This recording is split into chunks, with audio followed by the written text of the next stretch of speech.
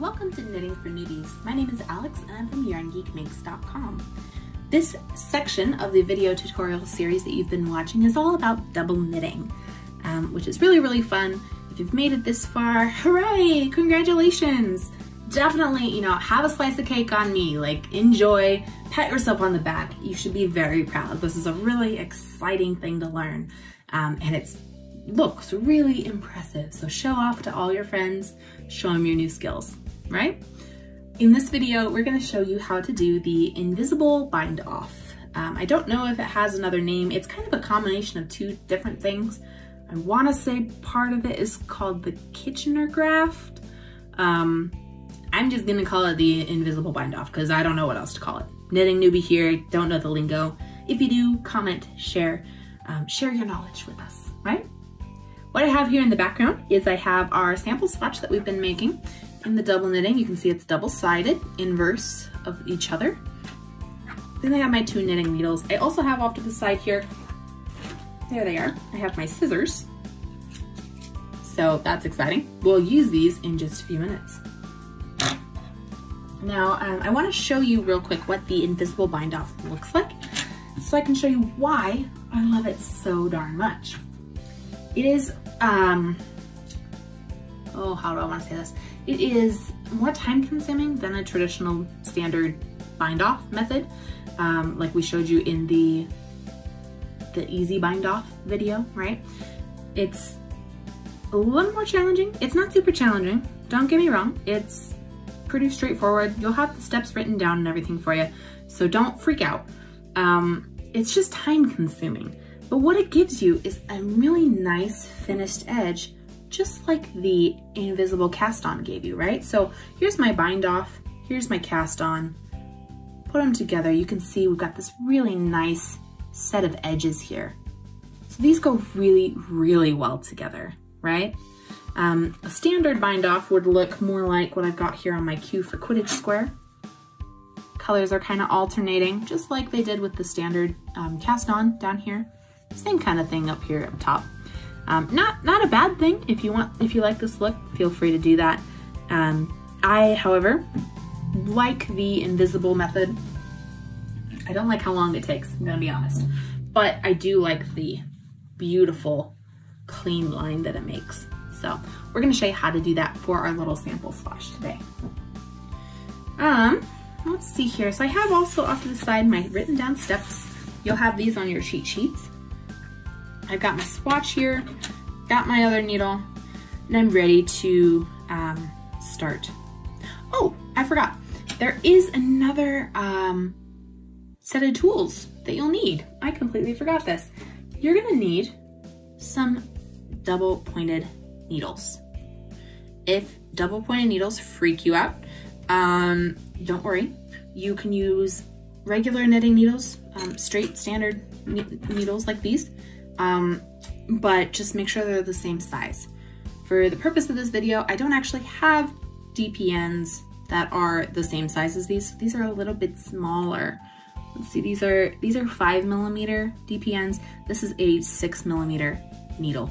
So I'm gonna keep my stitches nice and loose when I do this so it doesn't look too wonky. But you wanna make sure when you're using this bind off method, you're using a second set of needles, whether they're straight needles or DPNs or whatever, that are the same size as each other, okay? The first step we need to do is to separate our two stitches, our two colors of stitches, right? We need to separate these from each other. We're going to go ahead and turn our work over. Oops, purple yarn. Okay, so we're gonna go ahead and turn this over.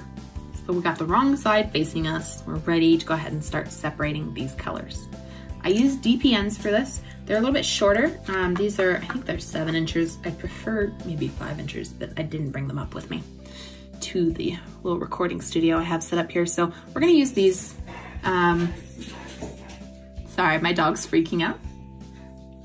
My husband must have just got home. He's very excited. But we have these DPNs we're gonna use. And if you're worried about your yarn or your stitches sliding off the back end of these, because they're double pointed. They don't have a stopper on the end. If you're worried about that, here's a little trick. I just started doing this just for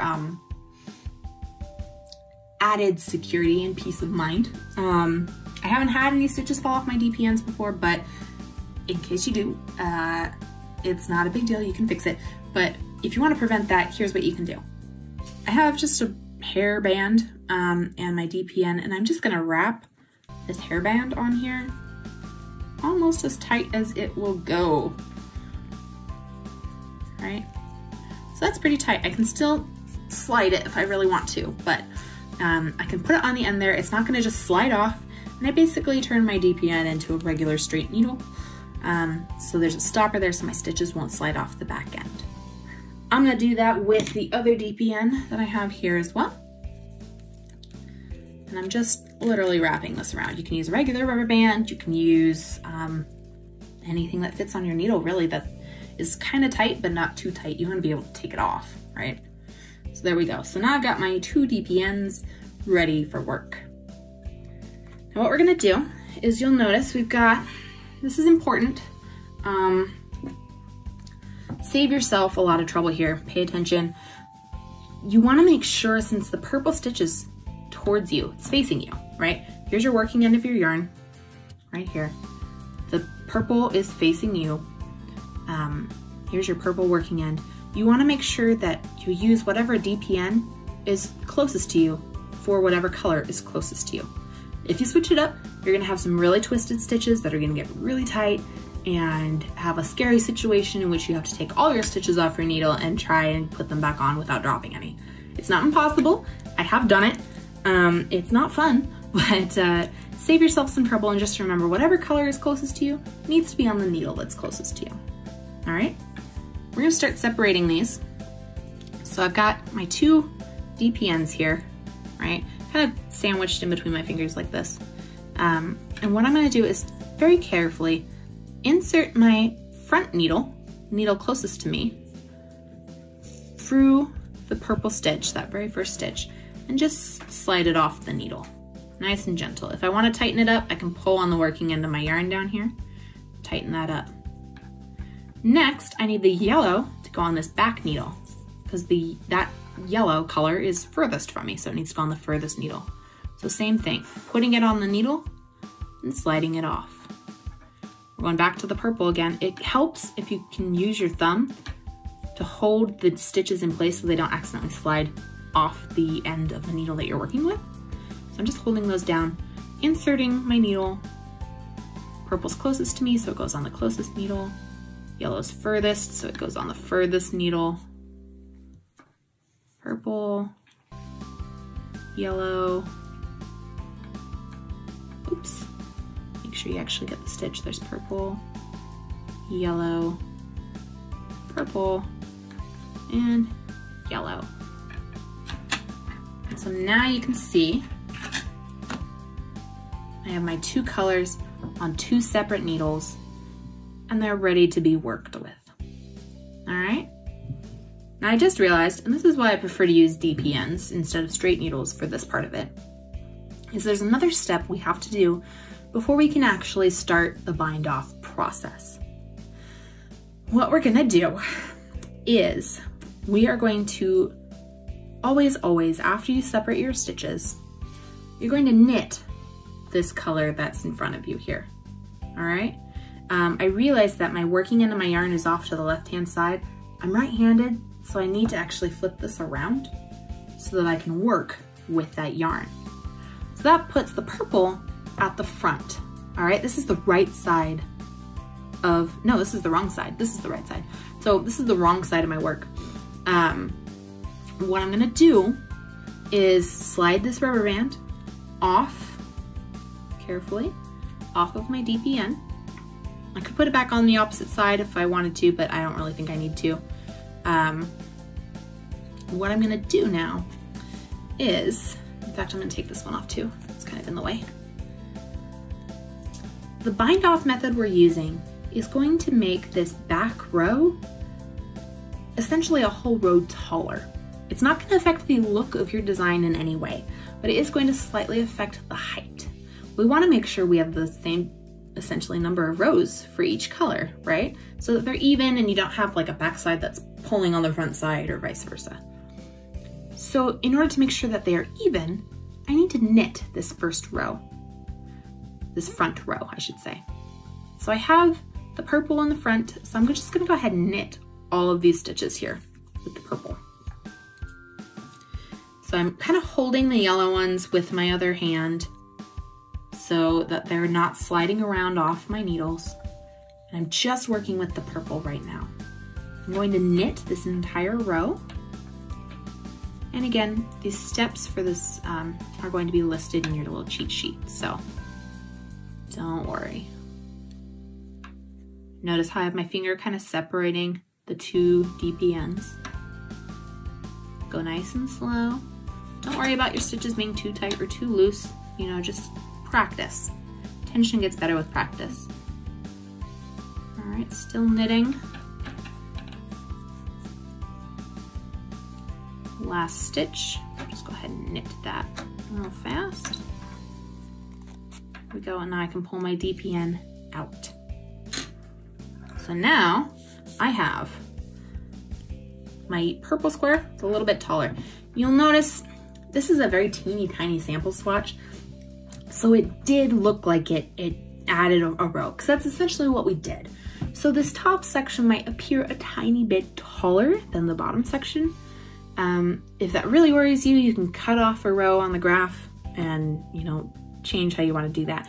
But honestly, if I grab my A for Avengers square, you can see here's the top, here's bottom. It really didn't affect the overall design, right? So now we are ready to do what I believe is called the Kitchener graph. We added this extra row so that the height wouldn't be a problem, okay? Now we're ready to do the Kitchener graph, which is just a series of steps that you repeat across the entire row, all right? The first thing you have to do is, we're done working with this purple yarn. Cut yourself a tail. Leave it a little long so you got room to weave it in, but we're all done with purple. Isn't that a satisfying sound? Click, snip. All right, so we're all done with the purple. Here's our tail. I'm gonna flip this around. No, I lied, I'm not gonna flip this around. We're working with the yellow, so we have to work wherever the working end of our yarn is coming from. It's coming from this side, so we're working for this side. My bad. All right, so, oh my goodness, I just realized I am missing a tool. One more thing you need for this method is the, you need a yarn needle, okay? Yeah, that's important. No, it's not, is it?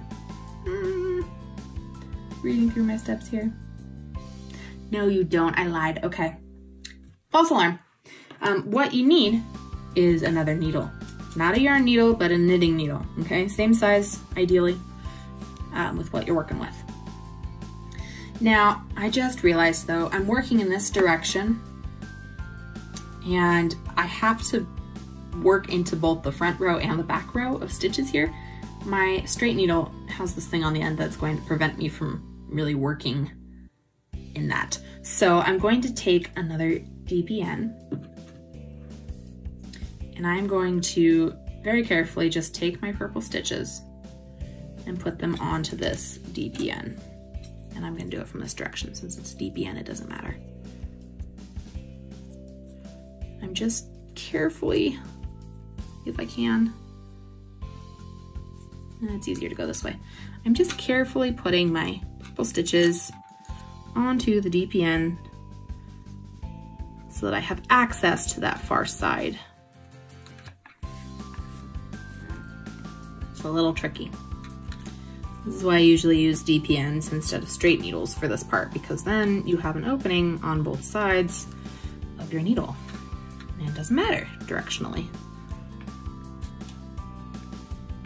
And there's the last one. Okay. There we go. Now we're ready. So this is the graft part of it, okay? what we need to do first is cut a good long tail. I don't know how long is too long or how long is not long enough, but I would recommend, you know,